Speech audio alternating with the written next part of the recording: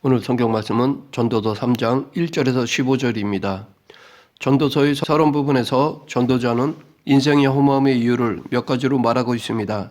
그것은 너무도 빨리 지나가기 때문이며 예측할 수 없는 불행한 일들로 가득 찼기 때문이며 아무리 노력해도 채워지지 않는 욕망 때문이며 아무리 해도 그 일이 결코 새로운 일이 아니기 때문이며 사람들의 생각에 기억되지 않기 때문이라는 것입니다. 그리고 이어서 인간이 이 땅에서 이렇게 살게 된 이유가 아담의 범죄로 인한 결과임을 말하고 있습니다. 인간은 이 범죄로 인해 이 땅에서 연단받으며 하나님을 찾아야 함을 깨닫게 되었습니다. 또한 전도자는 인생에 대해 알려고 하면 할수록 지혜가 많으면 근심도 많고 지식이 늘어나면 슬픔 또한 늘어난다라고 고백하였습니다. 더 이상 인간의 지식과 지혜로 인생의 일을 알 수 없자 전도자는 웃음, 즉 다른 사람과 비교해 자신의 높임을 통해 쾌락을 추구하는 것과 포도주로 대변되는 연회, 즉 파티와 같은 육신적 쾌락과 건축행위, 즉 소유를 통한 쾌락을 추구했습니다. 그러나 그 결론은 사람이 먹고 마시는 것과 스스로 수고하는 가운데 자기 혼으로 하여금 좋은 것을 즐기게 하는 것보다 더 좋은 것은 없도다. 내가 이것도 보니 그것이 하나님의 손에서 나왔도다 였습니다. 이렇게 인생을 탐구한 전도자는 이제 유한한 삶을 사는 인생이 어떤 삶을 사는 것이 지혜로운 삶이며 바른 삶인지를 가르쳐주고 있습니다. 오늘 본문을 통해 우리는 어떤 자세로 살아야 할지를 알아보겠습니다. 전도자는 오늘 본문 1절에서 모든 일에 기한이 있고 천하만사가 때가 있다라고 말하고 있습니다. 즉 하늘 아래에서 일어나는 모든 사건들이 다 그 기한과 때가 있다는 것입니다. 다시 말해 우리가 마음에 강렬한 소원을 두고 어떤 일을 행할지라도 모든 일의 성취는 우리의 계획과 시간표대로 되는 것이 아니라 하나님께서 정해두신 계획과 시간표대로 이루어진다는 것입니다. 성경은 이것을 하나님의 작정과 섭리라고 말합니다. 이에 대한 예를 예레미야를 통해 알 수 있습니다.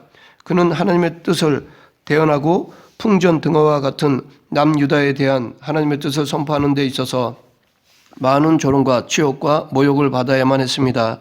이 박해와 핍박이 어찌나 컸던지 그는 하루에도 몇 번씩 내가 다시는 여호와를 선포하지 아니하며 그 이름으로 말하지 아니하리라 라고 다짐하고 또 다짐하였습니다. 그러나 그는 이런 다짐과는 달리 하나님이 그의 심령을 붙드심으로 중심이 불붙는 것 같아서 골수에 사무쳐 답답하여 견딜 수가 없었습니다. 그래서 그는 이스라엘 백성들로부터 받을 박해와 핍박을 감수하며 다시 하나님의 뜻을 전할 수밖에 없었습니다. 그리고 이러한 경험들을 통해 여호와여 내가 알거니와 인생의 길이 자기에게 있지 아니하니 걸음을 지도함이 걷는 자에게 있지 아니하니이다 라고 고백을 하였습니다. 오늘 본문에서는 1절 말씀을 증명하고자 전도자는 대조되는 7쌍의 사례, 즉 14개의 사건들을 제시하고 있습니다. 그런데 2절부터 8절에 나오는 14개의 사건들은 서로 대립적인 교차 구조로 되어 있습니다. 이렇게 증거를 나열함으로 전도자는 하늘 아래에 일어나는 모든 사건들이 우연히 일어난 것이 아닌 어떤 목적 가운데 일어나고 있음을 가르쳐주고 있습니다. 먼저 2절에서의 4가지 대립되는 사건은 생명과 죽음, 심음과 뽑음입니다. 여기에서 출생은 생명이 시작되는 사건이고 죽음은 생명이 끝나는 시간입니다.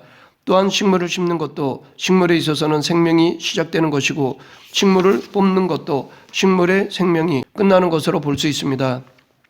이렇게 사람은 세상에 태어날 때가 있고 모든 임무를 마치고 세상을 떠날 때가 있습니다. 또한 이러한 일은 사람에게만 일어나는 것이 아닙니다. 동물은 물론 식물이나 곡식 역시 심을 때가 있으면 추수할 때가 있기 마련입니다. 사람을 포함해서 우주에 있는 모든 것은 영원한 것이 없습니다. 이 세상에 있는 모든 것은 세상에 존재하다가 하나님이 정하신 그 목적을 이루고 나면 세상을 떠납니다. 이 세상에는 그 어느 것도 영원한 것이 없으며 언젠가 사라져야 하는 유한한 존재들입니다.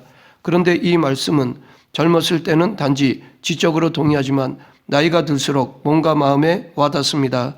죽음이나 끝은 이 세상에 반드시 있는 가장 확실한 사건입니다. 우리는 단지 이것을 잊고 살 뿐입니다.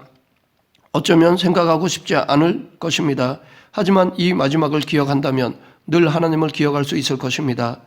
두 번째로 3절에서 전도자가 모든 것이 정한 때와 기한이 있다라는 사실을 증명하기 위해서 제시한 것은 죽이고 치료하며 허물고 세우는 것입니다.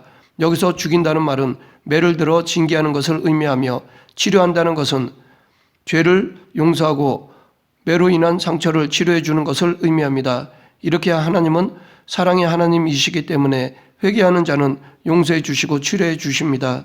전도자는 이러한 원리를 건물에도 적용하고 있습니다. 우리가 매를 들어 때릴 때와 치료할 때가 있는 것처럼 건물도 헐 때가 있고 다시 세워야 할 때가 있습니다. 이 사실은 믿는 자들의 삶에 보편적으로 발견할 수 있는 것입니다. 성경에 나오는 믿음의 사람들을 보면 죄를 지어 하나님의 징계를 받아 아파하다가도 회개하여 다시 회복되는 상황들을 어렵지 않게 볼 수 있습니다. 이것은 지금 우리의 삶에서도 이루어지고 있습니다. 전도자가 모든 것이 정한 때와 기한이 있다는 것을 증거하기 위해서 세 번째로 제시한 것은 슬픔과 기쁨에 관한 것들입니다. 우리는 살다 보면 슬퍼서 울 때가 있고 반대로 기뻐서 웃을 때가 있습니다. 4절에서 운다고 번역된 말은 몹시 슬퍼하여 울거나 통곡 또는 애곡하는 것을 가리키는 말입니다. 하나님은 때론 성도들을 쳐서 울게 하시지만 그 후에는 기쁨을 주어 그들을 다시 위로해 주십니다. 이것은 고난 없이 영광이 없다 혹은 광야를 통과해야 가나안 땅에 들어갈 수 있다라는 말로 받아들일 수 있습니다. 이에 대한 가장 확실한 본은 십자가의 죽음과 부활이라 할 수 있습니다. 계속해서 전도자가 모든 것이 정한 때와 기한이 있다라는 사실을 증거하기 위해 네 번째로 제시한 것은 돌들을 버릴 때와 돌들을 거둘 때, 안을 때와 안는 것을 멀리할 때입니다. 이 구절은 성경에서 해석하기 난해한 구절 중에 하나입니다. 여러 의견들이 있지만 명확하게 이 구절을 설명해 주는 것은 없습니다. 많은 학자들은 이 구절이 남녀 사이에 일어나는 일로 보고 있습니다. 그래서 이 돌을 던져버리거나 거두는 일은 안는 일과 안는 일을 멀리하는 일, 즉 사랑과 미움의 표현으로 봅니다. 우리말로 돌로 번역된 히브리어는 성경의 다른 곳에서는 돌, 보석 또는 저울추 등으로 사용되는 말입니다. 또한 버리다로 번역된 말은 부정하거나 쓸모없는 것을 버리거나 죄인의 심판을 통해서 약속된 땅에서 내쫓는 것을 의미합니다. 또한 거두다라고 번역된 말은 사람들을 집회에 모으거나 귀중한 보석이나 물건을 수집하고 곡식을 추수하여 거두거나 또는 재물을 벌어서 쌓아놓는 것을 의미합니다.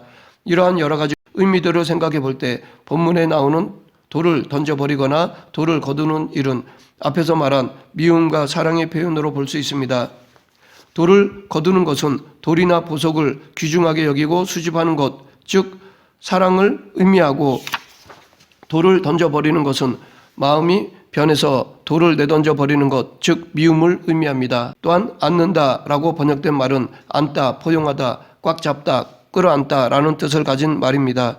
이 말은 깊은 애정을 가지고 사랑하는 사람을 꽉 붙잡거나 끌어안는 것을 의미합니다. 또한 멀리한다라고 번역된 말은 거리가 멀거나 사람들의 사이가 멀어지는 것 또는 멀리 떠나는 것을 의미하는 말입니다. 이러한 점에서 안는 일은 사랑과 애정을 의미하고, 안는 일을 멀리하는 것은 사랑이 식어져서 사이가 소원해지거나 멀리 떠나는 것을 의미합니다. 이렇게 우리 인생에 있어서 사랑의 감정이 찾아올 때도 있고 감정이 떠날 때도 있습니다. 이는 비단 남녀 간의 애정으로 국한되지 않습니다. 솔로몬은 애가를 통해 남녀 간의 사랑을 하나님과 그의 백성의 사랑으로 묘사했습니다. 물론 이 말은 하나님께 적용되지 않습니다. 하나님의 사랑은 변하지 않습니다. 반면에 하나님에 대한 인간의 사랑은 변합니다. 그래서 이 말은 우리에게만 적용됩니다. 만약 하나님에 대한 우리의 사랑이 식을 때가 있으면 하나님의 사랑은 변함이 없지만 질투하십니다. 그래서 징계를 통해 다시 당신과의 사랑을 회복하십니다. 하나님의 질투는 사랑의 또 다른 표현으로 전적 우리를 향한 무한하신 긍휼인 것입니다. 전도자가 모든 것이 정한 때와 기한이 있다는 것을 증거하기 위해 다섯 번째로 제시한 것은 찾고 잃는 것과 관계된 것들입니다. 전도자는 찾을 때가 있고 잃을 때가 있으며 지킬 때가 있고 버릴 때가 있다고 말합니다. 먼저 우리는 무언가를 찾을 때가 있고 또한 그것을 잃을 때가 있습니다. 6절에서 찾다라고 번역된 말은 성경에서 구하다, 요구하다, 원하다 등의 뜻으로 사용되는 말입니다. 우리는 살다 보면 하나님을 간절히 구할 때가 있습니다. 하나님의 은혜를 원할 때가 있습니다. 또한 때로 우리는 불강력적으로 가진 것을 잃어버릴 때도 있습니다. 6절에서 잃는다라고 번역된 말은 성경에서 멸망하다, 죽다, 그리고 없어지다 뜻으로 사용되는 말입니다. 이런 일들은 한 개인의 인생에서 많이 일어날 수 있습니다. 한 개인의 삶뿐 아니라 역사를 보면 한 민족이 없어지거나 나라를 잘못 경영하여 멸망할 때도 있습니다.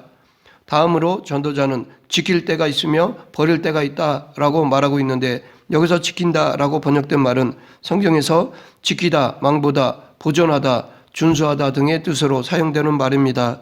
이스라엘 백성들은 율법의 규례를 따라서 유월절과 무교절을 지켰습니다. 왜냐하면 하나님이 애굽으로부터 이스라엘 백성들을 지켜주셨기 때문입니다. 그러나 하나님은 사람들을 버리실 때도 있습니다. 여기서 버린다라고 번역된 말은 성경에서 내던지다, 내동댕이 치다 또는 쫓아내다 라는 뜻으로 사용되는 말입니다. 때론 하나님은 부정하거나 쓸모없게 된 것을 버리시고 죄인을 심판하여 약속된 땅에서 쫓아내실 때가 있습니다. 그 예로 북이스라엘은 아수르에, 남유다는 바벨론에 포로로 잡혀가도록 하셨습니다. 이처럼 하나님께서는 성도들을 지켜주시고 보호해 주시지만 거역하고 끝까지 돌이키지 않으면 내던져 버리십니다. 물론 이것은 아주 버리는 것이 아닙니다. 잠시 돌이키고자 하신 사랑의 표현입니다. 그러므로 하나님의 징계를 돌이키고자 하신 사인으로 받아들여야 하고, 이렇게 돌이키면 다시 용서해 주시고 회복시켜 주십니다. 전도자가 모든 것이 정한 때와 기한이 있다라는 것을 증거하기 위해 6번째로 제시하는 것은 진노와 화해와 관계된 것입니다.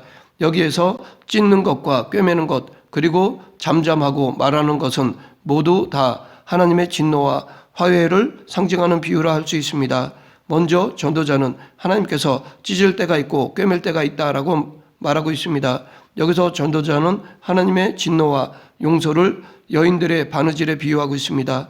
하나님의 진노는 영원히 계속되지 않습니다. 하나님은 진노하셨다가도 죄인들이 돌아오면 즉시 그들을 용서해 주시고 찢으셨던 상처를 꿰매 주십니다. 다음으로 전도자는 하나님께서 잠잠할 때가 있고 말씀하실 때가 있다라고 말하고 있습니다. 하나님은 때론 우리가 아무리 부르짖어도 응답하지 않고 잠잠하실 때가 있습니다. 이러한 기간이 길어지게 되면 낙심하고 하나님께서 자신을 버리신 것처럼 생각이 되어 근심에 빠질 수도 있습니다. 우리는 연약하기에 하나님의 침묵에 속상해하고 괴로워할 수 있습니다. 그러하기에 우리의 믿음과 확신은 인내와 같이 해야 합니다. 아무것도 안 보여도 아무 소리도 안 들려도 오직 하나님의 사랑을 의심치 않고 믿음으로 인내해야 합니다. 그럴 때 믿음이 흔들리지 않고 넘어지지 않을 수 있습니다. 전도자가 모든 것에 때와 기한이 있다는 것을 보여주기 위해 마지막으로 제시한 것은 사랑과 미움, 그리고 전쟁과 평화에 관한 것들입니다. 여기서 전도자는 개인적인 감정, 즉 사랑과 미움에 대해서 말하고 이것을 국가적으로 확장하여 전쟁과 평화에 대해 말하고 있습니다. 이렇게 전도자는 작게는 개인적인 차원에서의 사랑과 크게는 국가 간의 사랑 관계에 있어서도 하나님의 섭리가 작용함을 밝힘으로써 1절에서 제시한 모든 일에 하나님께서 정한 기한이 있고 모든 목적, 즉 바라는 소원이 이룰 때가 있음을 증언하고 있습니다. 이처럼 이 세상에 일어나는 모든 일은 우연히 일어나는 것은 없습니다. 하나님의 허락 없이는 참새 한 마리도 땅에 떨어지지 않습니다. 이 하나님의 주권적인 역사는 창조 이래로 인류의 역사에 계속되고 있습니다. 우리는 성경에서 요셉의 삶을 통해 또한 에스더의 사건을 통해 구속사를 이루어 가시는 하나님을 만날 수 있습니다. 지금의 우리의 삶에 일어나는 모든 일에서도 우연은 없습니다. 모든 것이 다 하나님의 목적 가운데 일어나는 섭리 중의 하나입니다. 우리의 삶에는 슬픔과 기쁨, 환희와 좌절이 교차합니다. 그럴 때마다 우리는 왜 이런 일이 내게 일어났는지를 다 알 수 없지만 하나님께서 온 인류의 오케스트라의 지휘자가 되셔서 이 일들을 계획하시고 실현하시고 조율하고 계심을 믿어야 합니다. 하늘 아래 모든 일에는 기한이 있고 목적한 것에는 때가 있습니다. 하나님께서는 모든 인생에 대해서도 각각의 기한과 때를 정하셨고 그 섭리에 따라 세상을 다스리고 계십니다. 그러하기에 아무리 전생애를 자기 나름대로 성실하고 최선을 다해 살아간 인생이라도 그 수고와 노력은 죽음 앞에서 무의미한 결론에 도달하고 말 것입니다. 그러나 전도자는 전도서에서 이처럼 허무하고 헛될 뿐인 인생을 극복할 수 있는 바른 길을 제시해 주고 있습니다. 그 하나는 하나님께서 주신 것에 감사하고 그 안에서 즐거움과 기쁨을 누리며 살아가는 것입니다. 즉 자족하고 감사하는 것입니다. 다른 하나는 영원하신 하나님을 사랑하고 그분을 경외하는 것입니다. 이것이 인생의 궁극적 한계인 유한성과 허무함을 극복하는 길입니다. 이것은 웨스트민스터 소요리 문답 1번 인간의 제일 되는 목적과 일맥상통합니다. 즉 하나님을 영원하게 하며 영원토록 그를 즐거워하는 것, 이것이 우리 인생을 기쁘고 즐겁게 하는 것입니다. 말씀을 맺겠습니다. 하나님의 주권과 섭리 하에서 살아가는 인간의 바른 태도는 바로 자족하며 하나님께 감사하는 것입니다. 그리고 하나님을 경외하며 살아가는 것입니다. 즉 만사에 하나님을 인정하고 살아가는 것입니다. 하나님 앞에 인간은 자신의 한계를 인정해야 합니다. 해 아래서 자신의 힘과 지혜를 믿고 살아가는 것이 아니라 하나님의 계심과 하나님의 주권과 섭리를 믿고 살아가는 것이 바람직한 인간의 태도입니다. 우리 모두 하나님의 주권과 섭리를 믿고 인정함으로 기쁘고 즐거운 인생으로 만드는 그리스도인이 되길 간절히 축원합니다. 기도하겠습니다. 생사화복을 주관하신 하나님 아버지, 눈에 보이는 것이 전부가 아닌 보이지 않는 하나님의 손길을 바라볼 수 있는 영안을 주시고 하나님을 경외함으로 기쁘고 즐거운 인생을 사는 그리스도인이 되게 하여 주시옵소서. 예수님 이름으로 기도드립니다. 아멘.